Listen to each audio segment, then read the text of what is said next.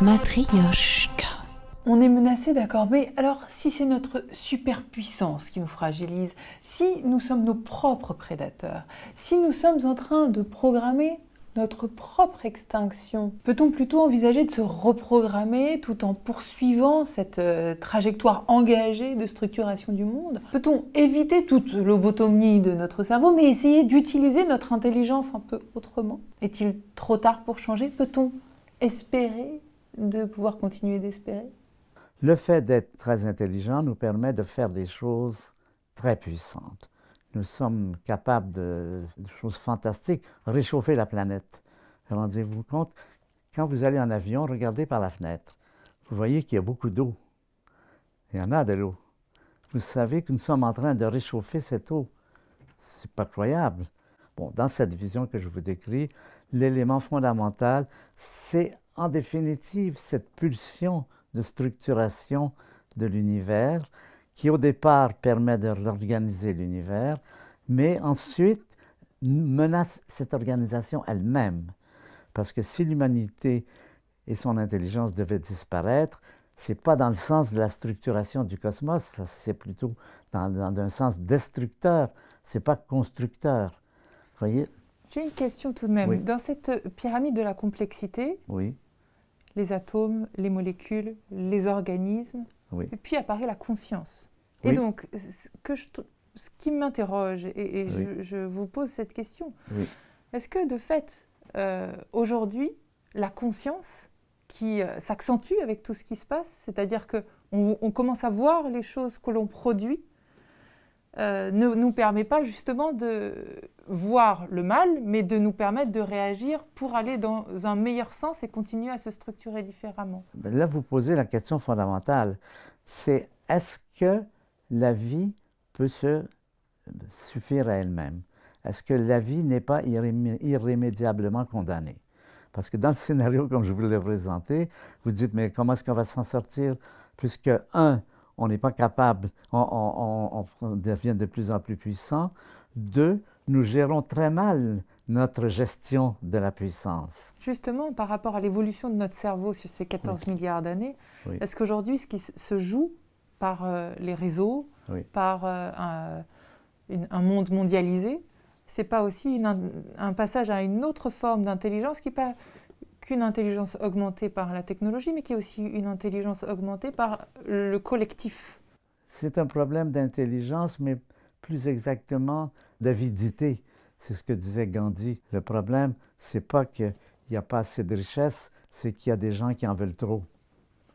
Mais est-ce que c'est pas une nouvelle phase d'évolution et de structuration de nos intelligences que de voir apparaître l'intelligence collective? Oui, on peut dire ça. Il faut utiliser son intelligence d'une façon plus intelligente.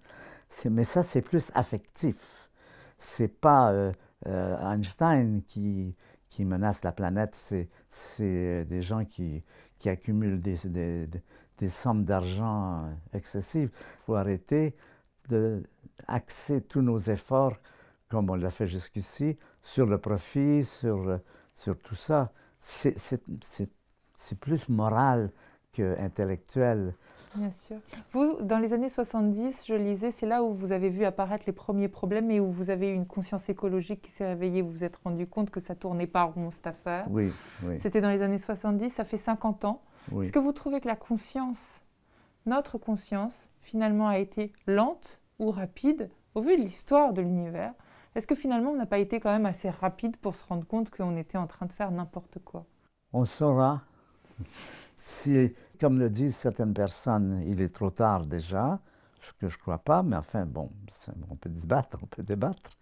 Ce qui est sûr, c'est que ça s'accélère depuis quelques années à une vitesse fantastique. Exponentielle. C'est peut-être l'élément le plus positif. Et c'est pour ça, justement, que je dis souvent, il faut mettre plus de poids sur les bonnes nouvelles. Parce que les mauvaises nouvelles ont tendance à être dépressives. Il s'est passé un événement très dramatique récemment. Une école qui faisait un concours en disant racontez ce qui s'est passé dans vos vacances. Et une petite fille de 6 ans ou 7 ans a écrit un enseignant de collège s'est vu couper le cou. Et les gens ont été effarés. C'est-à-dire qu'un enfant qui raconte ses vacances, la chose qu'il raconte, c'est qu'un professeur s'est fait couper le cou et des religieuses ont été tuées. Ça montre jusqu'à quel point la vision du monde est sombre. Quelles sont les bonnes nouvelles alors? Si on regarde les indicateurs par rapport à l'évolution de la nature, pour le coup, il y a l'augmentation des gaz à effet de serre qui sont un indicateur absolument terrible, mais une véritable conscience, même on va dire depuis 3, 4, 5 ans, qui fait que peut-être l'industrie, l'homme qui a en main le profit, va décider d'orienter les choses différemment. Oui, peut-être. Alors, sur le plan des animaux, il y a beaucoup d'animaux. Le castor, par exemple, sont revenus un peu partout maintenant. Beaucoup d'animaux ont été extraits de la liste de l'UICN. Et la commission baleinière, par exemple, a eu un résultat tout à fait remarquable. Les baleines à bosse, maintenant, ont retrouvé, même sont au-dessus du niveau où ils ont été le plus bas dans le passé. Et outre la bonne nouvelle qu'il y ait des baleines à bosse, qu'est-ce que ça raconte d'autre? Ça raconte qu'il y a de plus en plus de luttes qui réussissent.